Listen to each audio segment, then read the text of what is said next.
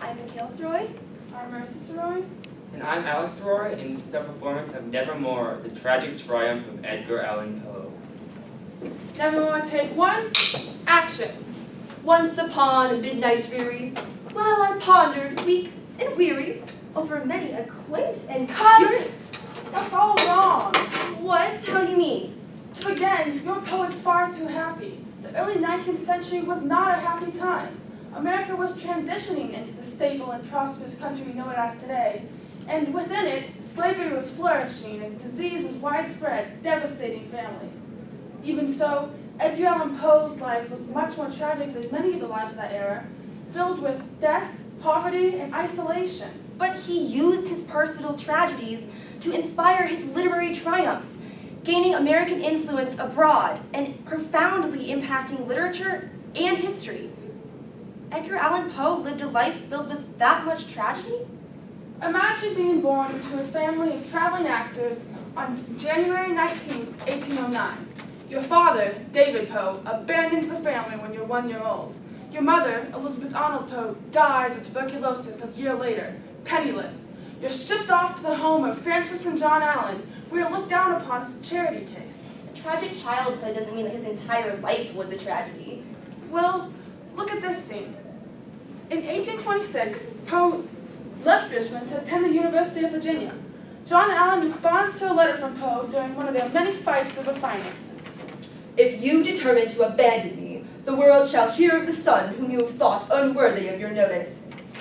Pretty letter, but men of genius ought not to apply to my aid.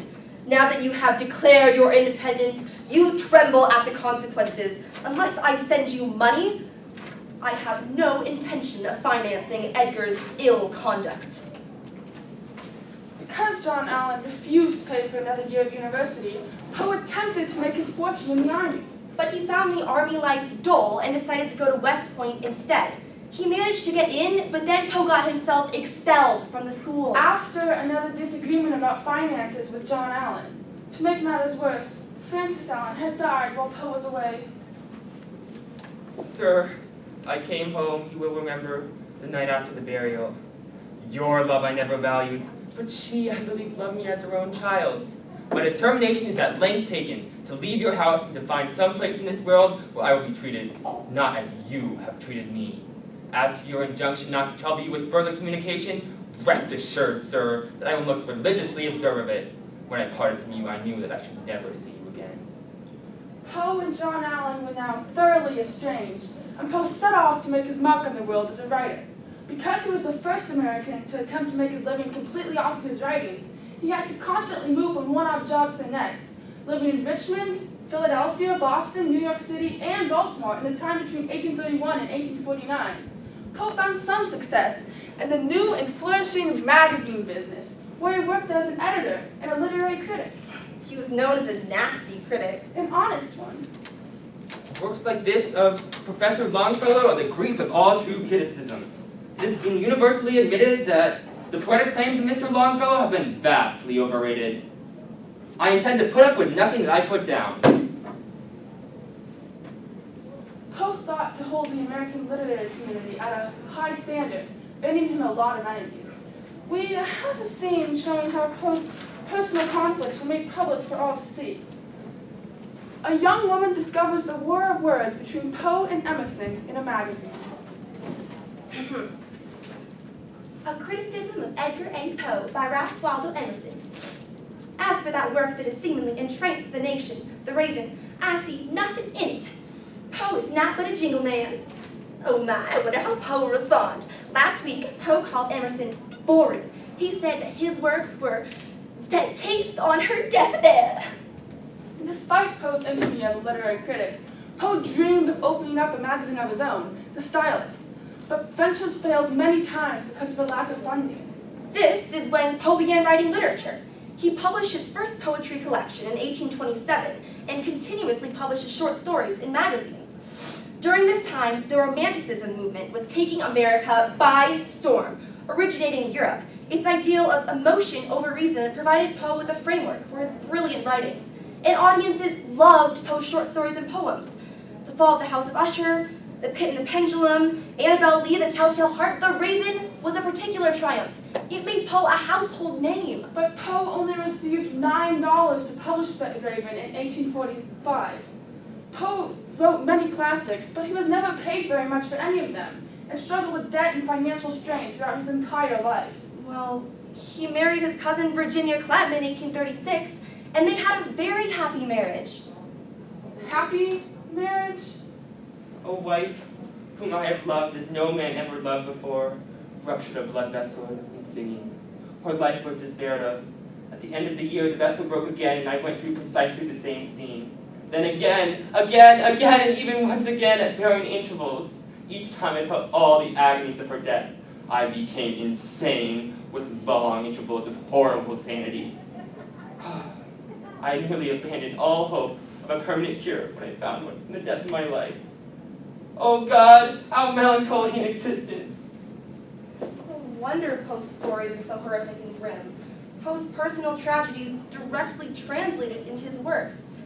The lost loves in Poe's writings were inspired by Poe's own lost love. And Poe died only 2 years after his wife on October 7th, 1849. Remember those tragedies as you portray Poe. Poe's heart was broken many times over. Remember your father, David Poe? Abandons the family. Your mother, Elizabeth Arnold Poe, dead. Your adopted father, James Allan, estranged. Anne leaves you out of his will. Your darling little wife, Virginia, dead. Poe's life was one tragedy after another. All right, let's try the Rufus Griswold scene. Nevermore, take 2, action. Edgar Allan Poe is dead. This announcement will startle many, but few will be grieved by it. The poet had many readers, but he had few or no friends, and the regrets of his death will be principally in the consideration that the literary art has lost one of its most brilliant but erratic stars. Cut! Good. Poe and Griswold were enemies. Griswold sought to discredit his arch rival after his death. Today, many remember Poe as an alcoholic, an insane madman, and we have Griswold to thank for those rumors. Poe's legacy was and remains tragically slandered. But even a scandalous biography can't reduce Poe's many triumphant literary accomplishments. After all, Griswold's biography only increased Poe's popularity in America.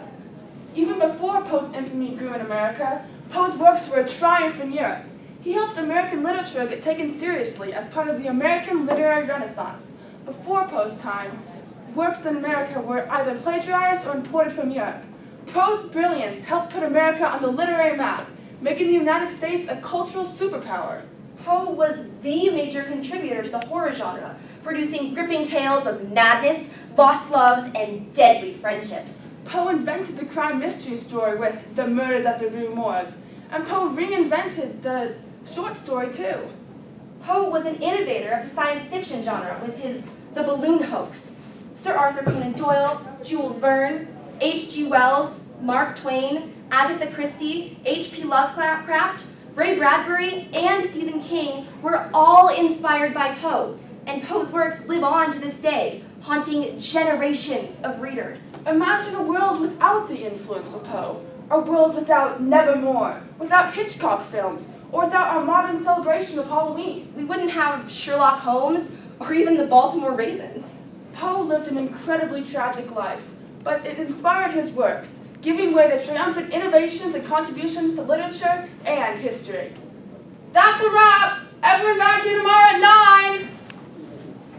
And the raven, never flitting, still is sitting, on the pallid bust of Pallas just above my chamber door. And his eyes have all the seeming of a demon that is dreaming, and the lamplight o'er him streaming throws his shadow on the floor. And my soul from out that shadow that lies floating on the floor shall be lifted nevermore.